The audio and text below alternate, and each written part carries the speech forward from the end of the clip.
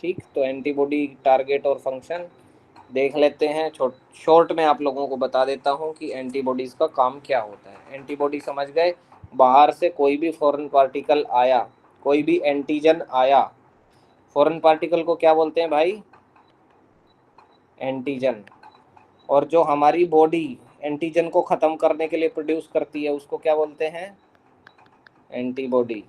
बात समझ गए, कल भी बताया था। अब देखो एंटीबॉडी के काम क्या क्या है। सबसे पहला है कॉम्प्लीमेंट फिक्सेशन। कॉम्प्लीमेंट फिक्सेशन का मतलब ये है कि बाहर से जो एंटीजन आया, इसको भाई साहब को पकड़ में लाने के लिए इसको पहचान करके इसके जैसा अपनी शेप बनाएगा, इसके साथ बाइंड हो जाएगा। ठीक है। दूसरी चीज़ है न्यूट्रलाइजेशन। अब इसको क्या करेगा? न्यूट्रलाइज करेगा। न्यूट्रलाइज मतलब इसको ख़त्म कर देगा। ओके। तीसरी चीज़ है एग्लूटिनेशन। एग्लूटेशन का मतलब क्या है? यहाँ पे क्रॉस लिंक हो जाती हैं सेल, इम्यून के कॉम्प्लेक्स बना लेता है। ठीक है, यानी कि दोनों मिल करके एक अलग सा ही कॉम्प्लेक्स बना लेंगे। एंटीजन एंटीबॉडी दोनों का एक अमलगमेशन हो जाएगा। ठीक है, वही चीज़ है। उसके बाद क्या है? प्रेसिपिटेशन है। आप लोगों के काम का नहीं है इसलिए छोड़ दो। प्रेसिपिटेशन, इन्फ्लामेशन और फेगोसाइटोसिस आप लोगों को मालूम ही है। Prompt bye debris. डेब्रिस क्या होता है? जहाँ पे जब ये डेड हो जाते हैं ना, जब ये ख़त्म हो जाता है, न्यूट्रलाइज हो जाता है, तो फिर क्या बचता है उसका? डेब्रिस बचता है। डेब्रिस बोले तो मरने के बाद जो डेब्रिस हो जाता है ना, डेब्रिस बोले तो मतलब वेस्ट। ठीक है, वेस्ट। चलो, तो ये सब चीज़ें हो गई। ओके, तो ये मैं ऊपर ऊपर से थोड़ा पढ़ा रहा हूँ, बहुत डेप्थ में नहीं पढ़ना है ये, इसलिए आप लोग जिसको ना भी समझ में आया तो भूल जाए, छोड़ दे, कोई बात नहीं है। ठीक है, ये इसी का कुछ प्रोसेस भी दिखा रहा है, न्यूट्रलाइजेशन, एल्यूटेशन, प्रेसिपिटेशन, कॉम्प्लीमेंट। ठीक है, तो ये सब कुछ याद करने की आवश्यकता नहीं है। अब जो काम की चीज़ है ना वो ये रही, human antibody classes, isotopes and their function. हमारे शरीर के अंदर जो एंटीबॉडीज़ होती हैं वो कितने प्रकार की होती हैं और उनके क्या कार्य हैं, ये है एग्ज़ाम पॉइंट ऑफ व्यू से इम्पोर्टेंट चीज़। समझ गए? इसको याद करना है। इनमें से भी सबसे इम्पोर्टेंट है आपका IgA, और अगला बता दूंगा मैं कौन सा इम्पोर्टेंट है मुझे लगेगा, तो फिलहाल तो यही लग रहा है। IgA आप सब लोग जानते हैं कि IgA क्या होता है। These are antibodies are dimers, Y shape होते हैं, ये बात भी इम्पोर्टेंट नहीं है। Found in this and that. कहाँ पे मिलता है भाई? म्यूकोसल एरियाज में, गट में, रेस्पिरेटरी ट्रैक्ट में और यूरोजेनाइटल ट्रैक्ट में। यानी कि आपका जो यूरिन वाला और जेनाइटल वाला पार्ट है वहाँ पे सांस लेते हो उसमें, और गट में। ठीक है, डाइजेस्टिव ट्रैक्ट में। तो तीनों जगह ये आपको मिलते हैं। क्या? IgA, एंटीबॉडी ए। ठीक है, IgA। ओके। और कहाँ पाता है? आपको सलाइवा में मिलेगा, टीयर्स में मिलेगा, और कहाँ मिलेगा? ब्रेस्ट मिल्क के अंदर मिलेगा। इसीलिए बच्चों को क्या पिलाया जाता है? माँ का दूध। ठीक है, बोलते हैं ना बच्चा 6 महीने तक जो है माँ का दूध पिए। तो क्यों पिए भाई? क्योंकि दूध में क्या मिलेगा उसको? IgA मिलेगा। अगर नहीं दूध पिया तो फिर क्या हो जाएगा भाई? नहीं मिल पाएगा IgA नहीं मिलेगा तो क्या होगा? एंटीबॉडी नहीं रहेगा। एंटीबॉडी नहीं रहेगा तो क्या होगा? कोई भी एंटीजन आएगा और आपको बीमार कर जाएगा। बात समझ गए? तो अगर आपको अपने शरीर की रक्षा करनी है, अपनी इम्यूनिटी को आपने स्ट्रॉन्ग करना है, तो माँ का दूध पिए। कब? बचपन में। क्योंकि दूध कब निकलेगा? तभी निकलेगा प्रेगनेंसी के टाइम पे।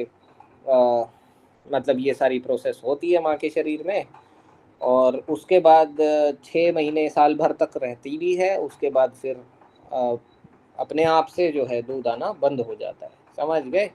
तो सारी प्रोसेस। तो मैंने बचपन में खूब दूध पिया था, मैं तो सोता ही नहीं था बिना माँ का दूध पिए। ठीक है, तो इसलिए मेरी इम्यूनिटी जो है बहुत अच्छी है, क्योंकि IgA अपने को भरपूर मिला।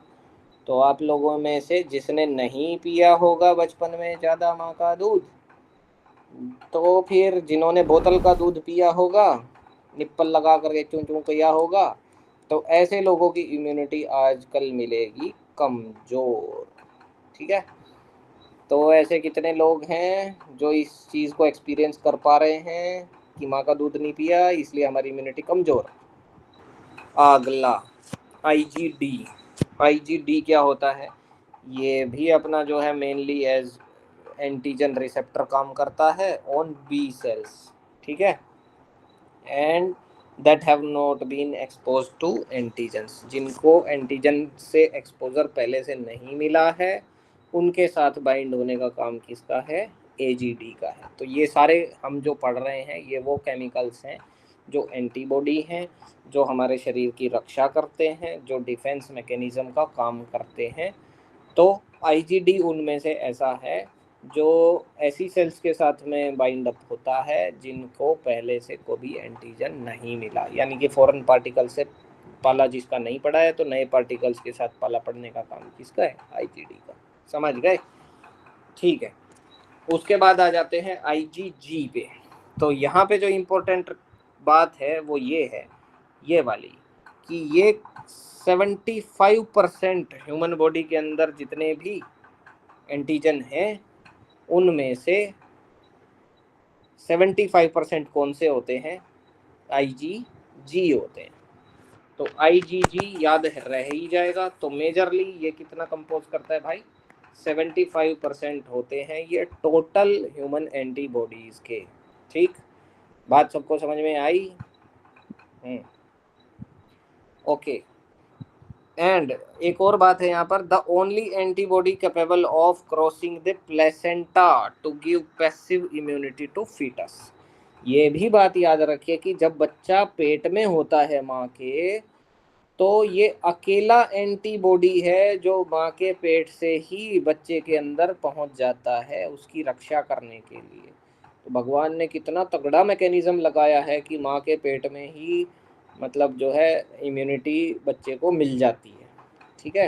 क्योंकि हो सकता है बच्चा उस टाइम पे भी तो फाइट करता है ना, जो रोग माँ पे अटैक कर सकता है वो तो बच्चे पे भी कर सकता है।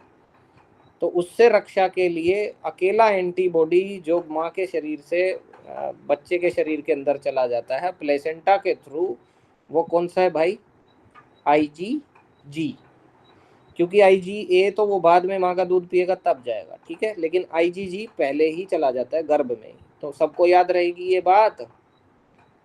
दो बातें मैंने IgG के लिए बोली, एक ये गर्भ में ही बच्चे के अंदर चला जाता है, दूसरी मैंने बोली कि ये जो है टोटल जो हमारे एंटीबॉडी हैं उनका 75% कंपोज करता है। ठीक है, वेरी गुड।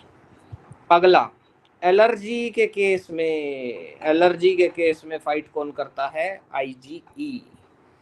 तो भैया जिन लोगों को एलर्जी है ध्यान दे लेंगे, जिनको छींक आती है डस्ट से, जिनको धुएं से तो नहीं, डस्ट से ही रहती है ज़्यादातर, तो पोलन एलर्जी रहती है कई लोगों को। तो पोलन समझते हो, वो पेड़ों का जो वो डस्ट सा उड़ता है उससे, है ना, या जो धूल वाले काम होते हैं, जैसे गाँव में जो भूसा होता है उससे जिनको प्रॉब्लम होती है, एलर्जी हो जाती है।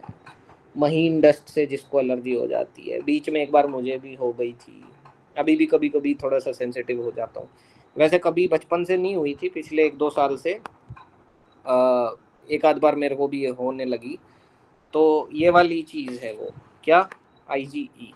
तो IgE क्या करता है, एलर्जेंस के साथ में बाइंड अप हो जाता है और फिर उसको जो है हमें बचाता है एलर्जी से, तो प्रोटेक्ट करता है हमें पैरासिटिक वॉर्म्स से भी, ठीक है।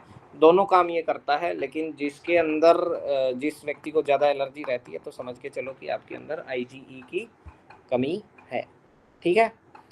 कई बार हाइपर सेंसिटिविटी भी हो जाती है हमारी, है ना, पोलन को लेकर के या फिर ये डस्ट को लेकर के हाइपर सेंसिटिव हो जाते हैं हम, तो उसकी वजह से भी ऐसा होता है। तो IgE का काम समझ में आया सबको, एलर्जी के मामले में कौन सा है, IgE। लास्ट आपका है IgM। तो आप में से अब मैं बस जो बातें एक बार रिकैपिचुलेट करा दूंगा तब याद रख लेना। तो ये कहाँ मिलता है, बी सेल्स के सरफेस पे आपको मिलता है, और ये पैथोजेंस को रिमूव करता है early stages of B cells में, ठीक है। तो ये बहुत ज़्यादा इम्पोर्टेंट नहीं है। अब आपको इम्पोर्टेंट बातें जो याद रखनी है वो ध्यान दे लो। IgG में 2 बातें मैंने बताई, IgE में 1 बात मैंने बताई, तो 3 बातें तो ये हो गई। चौथी चीज़ हमने आपको बताई थी आईजीडी के बारे में। सबसे पहले ये फॉरेन वालों से फाइट करता है 4, और 5वीं बात मैंने आईजीए के बारे में आपको बताई थी। तो ये टोटल 5 बातें सबको याद रहेंगी। इनको जो लोग नोट्स बना रहे हैं कृपया करके ये 5 बातें अपने नोट्स में हिंदी में ज़रूर लिख लें, ठीक है, और फिर सबके साथ में शेयर कर दें। कर लेंगे ऐसा? 5 बातें याद रहेंगी। आईजीए में बोला माँ के दूध के लिए, आईजीडी में बोला कि ये जो है जिनका एक्सपोजर पहले से नहीं हुआ है उनसे फाइट करेगा, ऐसे एंटीजन से फाइट करेगा। आईजीजी में 2 बातें बोली कि 75% टोटल एंटीबॉडीज़ का होता है, और दूसरी बात आपको बोली कि ये फिटस के अंदर माँ के प्लेसेंटा से ही चला जाता है। आईजी और कौन सा बचा? आईजीई के बारे में मैंने बोला एलर्जी के केस में आईजीई काम करता है, ठीक है। तो ये 5 बातें थी, पांचों बातों को नोट कर लेना और हिंदी में लिख के फिर सबके साथ कर देना शेयर। ठीक हो गया भाई?